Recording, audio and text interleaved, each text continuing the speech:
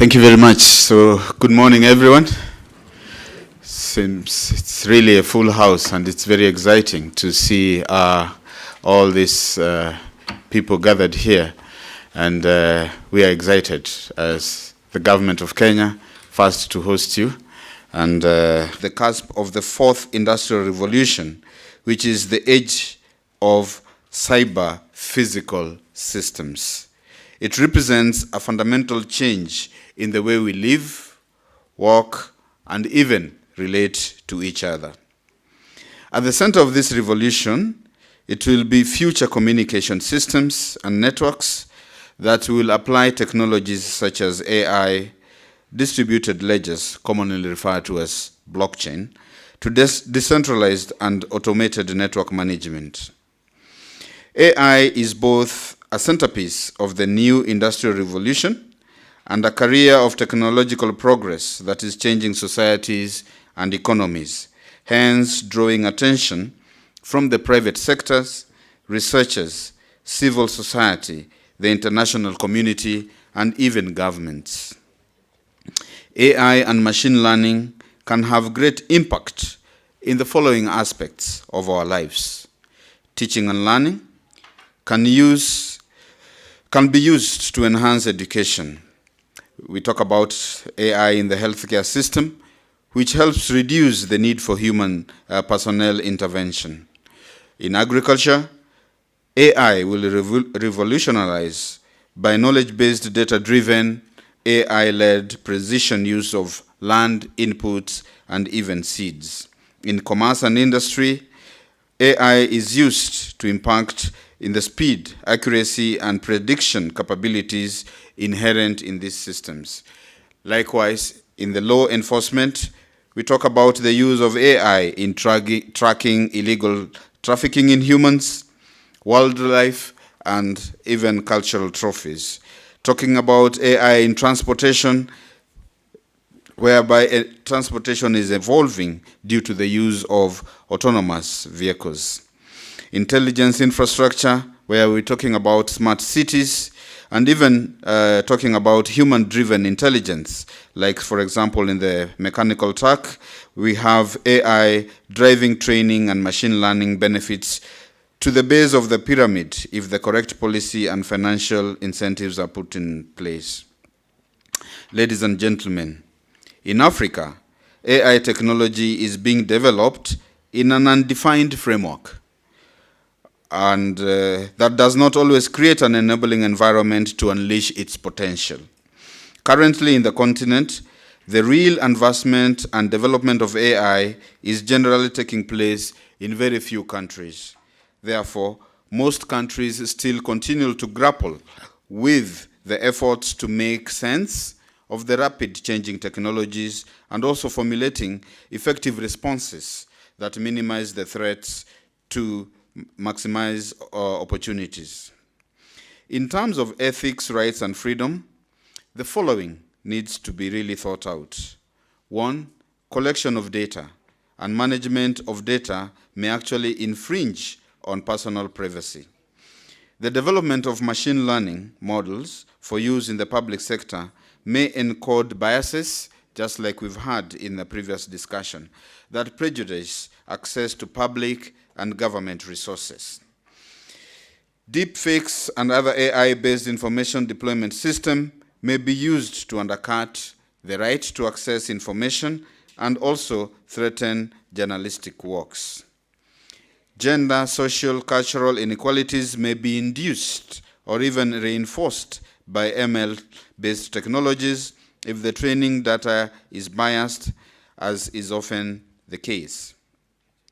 AI will both create and destroy jobs. Jobs at the base of the pyramid will be automated out of existence, while a few white-collar and scientific jobs will be created. Then the big question is, how should countries handle this skewing of the workplace? That is something that I believe we all need to think about, and especially when you talk about technology and jobs, then you begin having some doubts and concern as to whether we really should implement these technologies. I was having a discussion this week, it was on Monday, whereby we were actually having a discussion on online jobs. And the people whereby we're actually talking about, we have a program in this country called Ajira. Ajira means work in Swahili, but basically we are focusing on online jobs.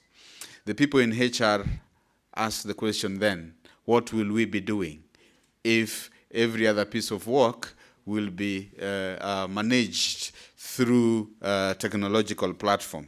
Something really that made us thinking. But then my answer to that is, actually technology is meant to be disruptive. And with advanced technology, we need to rethink so that the traditional human resource responsibility will now shift from what you do in terms of managing real personnel, people whom you really know, to probably people who are outside there in the space and you probably do not have details about. AI will both create and destroy jobs. I think I talked about that. Then how do African countries then become more than merely sources of data for the Northern Hemisphere multinational enterprises? Very important question to ask ourselves.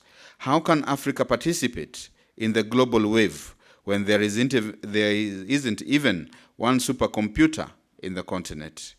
If the development of AI is not equal between the various regions of the world, then the digital device could become more tangible and prejudicial to the poorest in the society. There is a risk that AI programs designed and developed in developed countries may not be adapted to the socio-economical and cultural realities and specifics of the African countries where they are normally implemented. Disempowerment of the traditional state and the rise of multinational organization is driven by a technological power imbalance. Then the big question therefore is, what is the impact of the self-determination rights of the individual? What is the impact of AI in the rights of the individual? The augmentation debate. Will AI replace human beings and make them irrelevant? Or will it give the common man superpowers?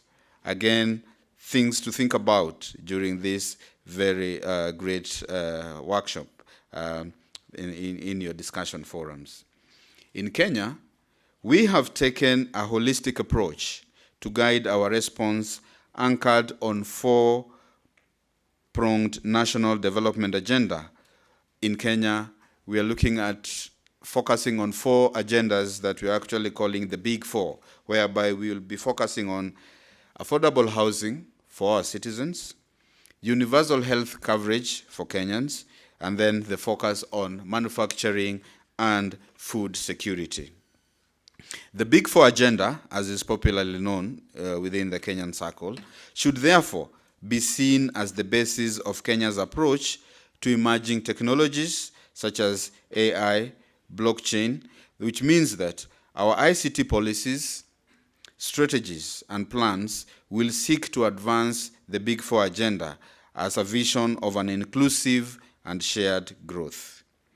It is for this reason, therefore, that the Ministry of ICT established the Distributed Ledgers and Artificial Intelligence Task Force, whose work will contribute to government effort to leverage on emerging technologies and for the transformation of the Kenya economy. We believe that AI, blockchain, and other disruptive technologies can provide new ways of tackling the challenges of unemployment, corruption, insecurity, and poverty within Kenya. Furthermore, these technologies have the potential to promote and enhance overall public service delivery through job creation. I mentioned as a country we are working on Ajira digital work, cybersecurity, trusted single identity.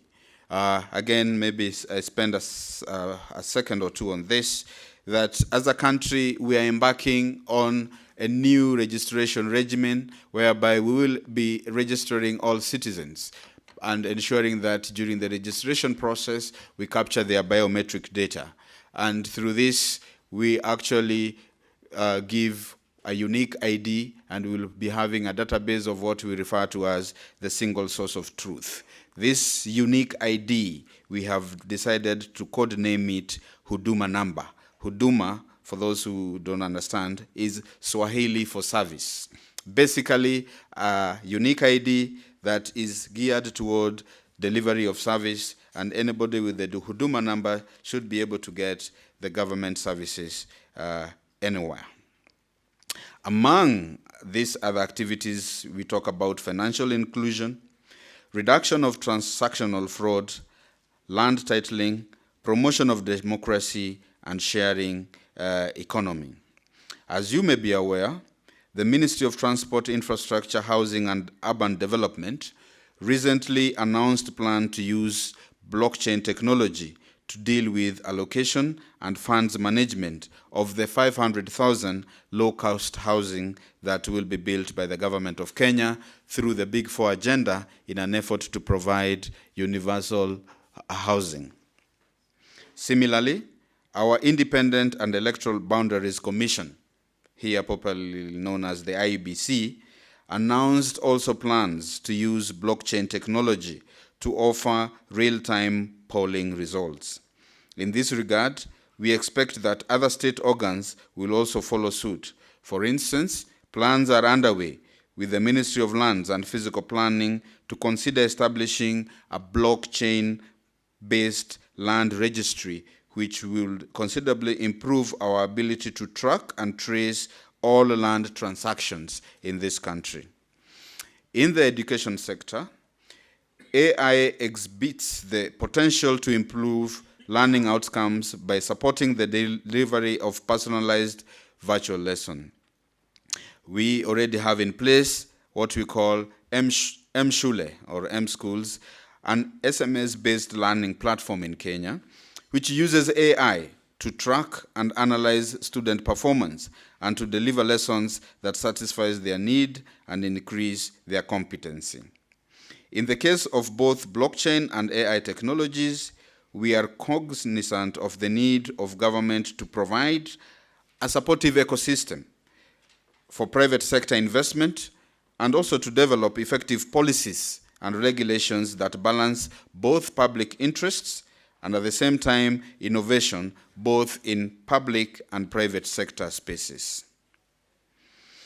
As new technologies can be both transformational and disruptive, care again must be taken to ensure that governments can effectively protect their citizens without hindering any innovation in the private sector. As an adapter of this technology, the ministry will consider methods in which effective, relevant solutions can be co-designed through public-private partnership. Such solutions should be use case-specific, aimed at providing and solving the problems and the pressing needs of Kenyans. As a policymaker, the ministry will advocate for innovative approaches, such as regulatory sandboxes that can test methods by which the needs for both the public and private sectors can be balanced. While regulating technology, the ministry will explore collaborative cross-industry partnership between both the public and the private sector in Kenya and with global partners to effectively identify potential issues and implement the best-in-class policies.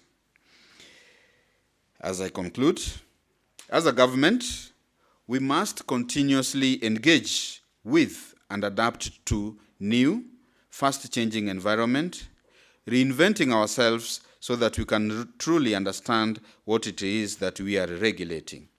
As such, we need to collaborate closely with the private sector, the academia, the civil society, as we will not be able to address emergence of digital economy in isolation. I am looking forward to hear and learn how distributed ledgers, AI, and other emerging technologies can propel Kenya as a country forward and position the country as a regional and an international leader in the areas of ICT.